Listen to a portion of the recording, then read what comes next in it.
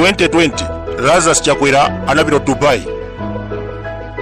Atafika kumeneko analemba pa Facebook, ndasaina diru kuti ndege zizifika ku Malawi. Koma chodabwisa, there was no signature. Chimene tinaona ndi zithunzi. Ndikuona pano zaka 4 zatha. Ndege za Flyminutes sizinayambe direct flight kuchoka ku Dubai mpaka ku Malawi. 2022 anapitanso ku Dubai ndi kusaina diru ya mafuta. Anatiuza kuti Nokma izigula mafuta direct kuchokera kwa Abu Dhabi Oil Company. Mpaka lero sizinatheke. Posachedwa anasazika kuti akupita ku Dubai kugula mafuta. Atafika kumeneko ntchito yamba anakumana ndi Minister of Investment Sheikh Hassan Swedi. Malo mogula mafuta anayamba kusasa malonda a foja. Amene akuti tikugulisani foja, tii ndi thonje, inuyo mutipatse mafuta. Pomaliza anajambula chithunzi atavala mkanjo oyera. Sitinaona kusaina agreement iliyonse. 8 December dzanazana lomweli anali ku Independence Day celebration. Mwambo umenewu unachitika mu mzinda wa Abu Dhabi. President wa Mauritania, Crown Prince of Bahrain Sheikh Mansour, Crown Prince of Ras Al-Khaimah, President wa dzikolo ndi wachiwiri wake onse anali komweko. Mwambo umenewu kunali zochitika zosiyanasiyana. Anthu amakwera ngamira, kunali madansi, komanso asilikali amaonesa luso. Ndi nthawi yake imeneyi pamene Chakwera anapezerapo mwayi wojambulisa ndi President Mohammed bin Zayed. Taona pa Facebook ena akutenga zithunzi za ku celebration ngati umboni wona kuti Lazarus Chakwera wasaina diru ya mafuta.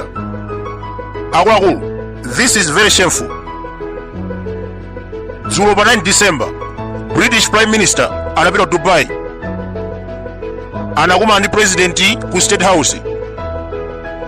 Kumeneko asaina diru ya mafuta, agwirizana maplani obwesa mtendere dziko la Syria. Lazarus Chakwera wakhala ku Dubai 1 week kumasana ponde ku State House. Chimene tikuona cha nzeru ndi chithunzi cha ku Independence Celebration. Mzake wa ku Britain wangopita siku limodzi wakaponda ku State House wasaina diru ya mafuta komanso kupanga maplani obwesa mtendere mdziko la Syria. Iye 1 week angokhala kuzungulira ponde apo umasikini. Inu dzodzolo mweri anakumana ndi director wa Abu Dhabi Fund. Amapempha chakudya ndi ndalama zomangira nsewu umenewu wamakanjira. Ngati mukumbukira bwinobwino, that was November 2023.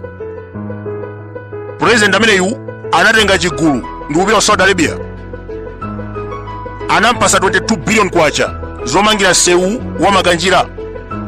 Atabwera mafumu akumangochi anapita pa MPC kumuyamikira. Senior Chief Makanjira, Katuli, Lulanga amene akuti Chakwera deliver. Lero mukapita Makanjira kulibe nsewu.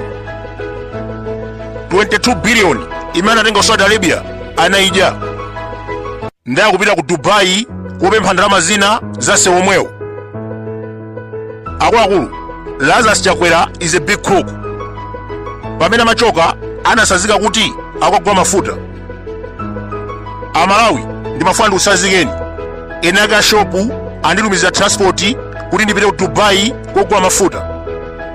Pofika kumeneko angokhala kupempha ngati masikini. Mbali nayi akudya rice biryani wothira ziboda za ngamira.